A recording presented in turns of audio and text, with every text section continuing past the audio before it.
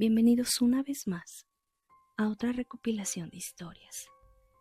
Hoy vamos a escuchar de todo un poco, pero espero que cada uno de estos relatos sean de su total agrado. Antes de comenzar, a ti que estás escuchando esto, te quiero invitar a suscribirte a mi canal. De igual manera, te recuerdo que puedes mandarme tu historia para que ésta sea contada en este espacio. Te dejo los medios de contacto en la caja de descripción. Sin más que decir, te invito a apagar las luces y disfrutar cada uno de estos relatos. Comenzamos. Cuando mi hija menor tenía tan solo 3 años, ocurrió algo que hasta la fecha sigo sin entender. Una tarde, después de recogerla de la escuela, íbamos platicando en el carro.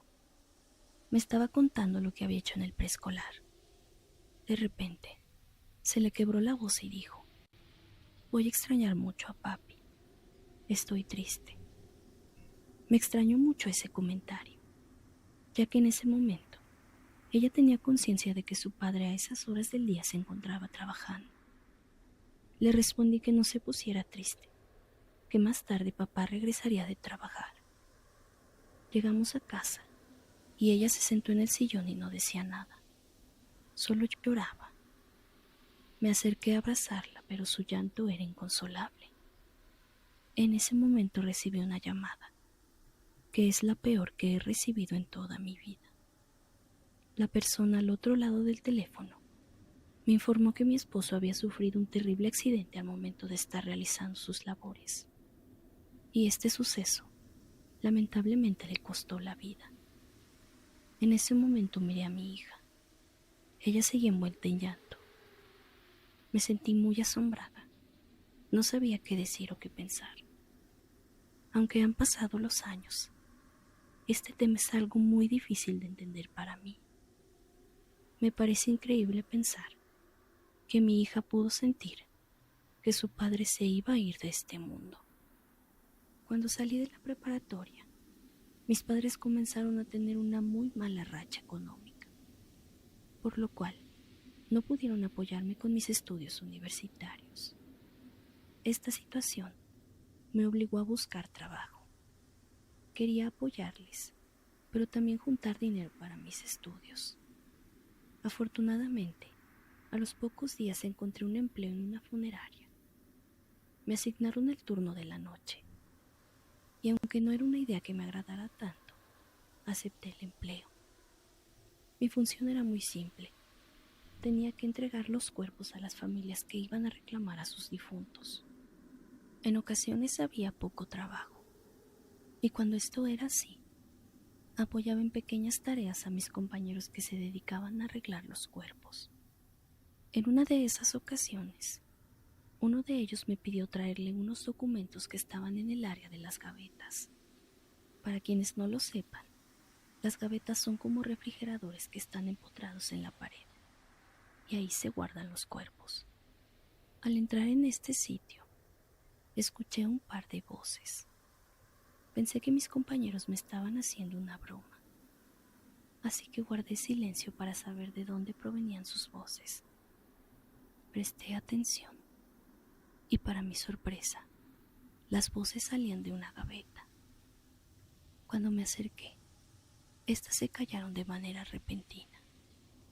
Sentí muchos escalofríos.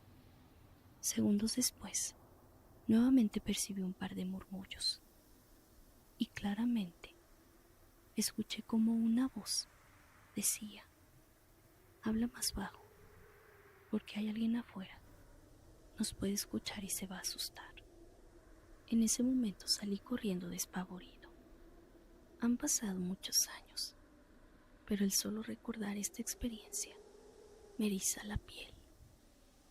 En el año 2018 terminé un diplomado.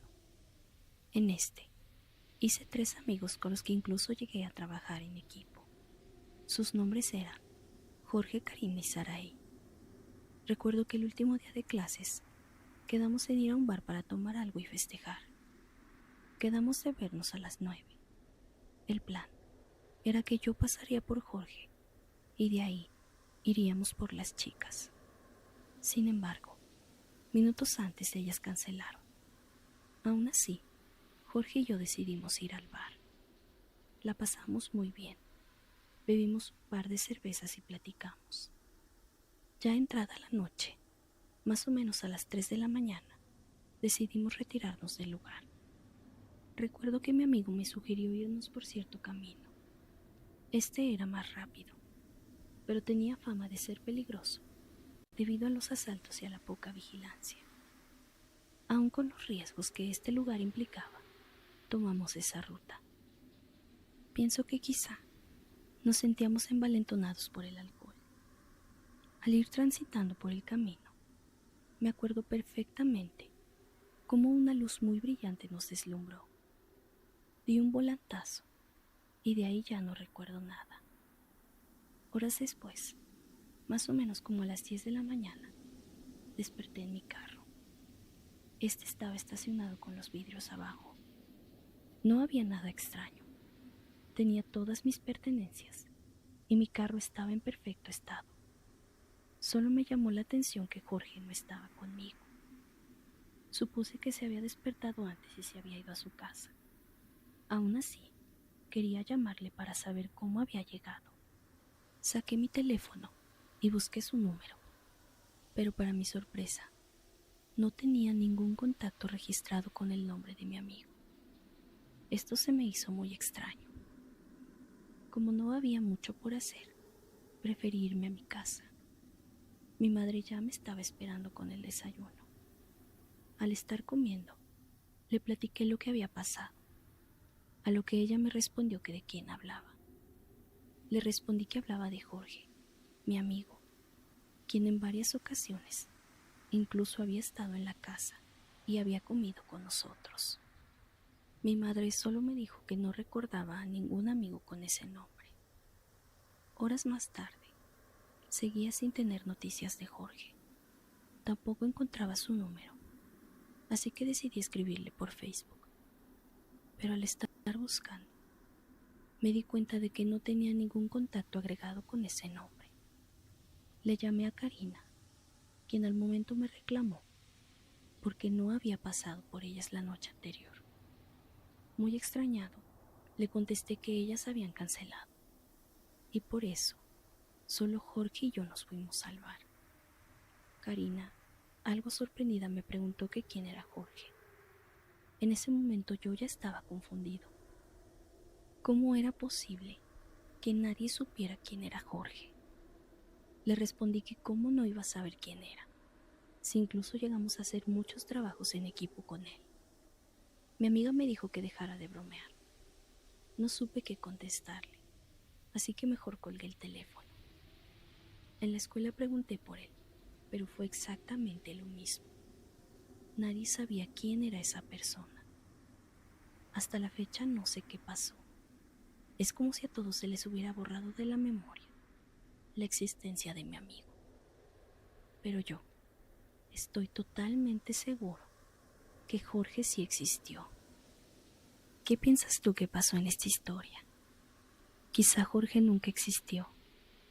Quizá ambos amigos perdieron la vida y el autor de este relato despertó en una realidad en la que Jorge ya no existe. ¿Qué es lo que opinas? Te leo en los comentarios. Mientras, vamos con la siguiente historia. Cuando mi abuela perdió la vida, en su testamento dejó dicho que yo, su nieta mayor, era la heredera de una propiedad ubicada en Cuernavaca, Morelos. Años atrás, ya había escuchado de esta casa, pero en la familia se hablaba de esto como un rumor. Y a decir verdad, nadie conocía la casa. Semanas después, decidí a conocer la propiedad con dos de mis mejores amigas. Al llegar, la casa era increíblemente grande y con un estilo único. Parecía una casa estilo oriental, pero con toques mexicanos. Un diseño muy peculiar, pero bastante agradable. Lo mejor de todo esto es que la casa estaba totalmente amueblada y en una excelente ubicación. Mis amigas y yo estábamos muy emocionadas. Pensábamos que pasaríamos un fin de semana inolvidable. Y ciertamente así fue, pero no de la manera positiva que esperábamos. Por la noche, pedimos un poco de comida para cenar. Nuestro plan era simple, tener un maratón de películas. Apenas habíamos comenzado, cuando en la planta alta comenzamos a escuchar ruidos. Era como si alguien estuviera martillando la pared. Pensamos que quizá era algún vecino, pero los ruidos comenzaron a ser más fuertes y continuos.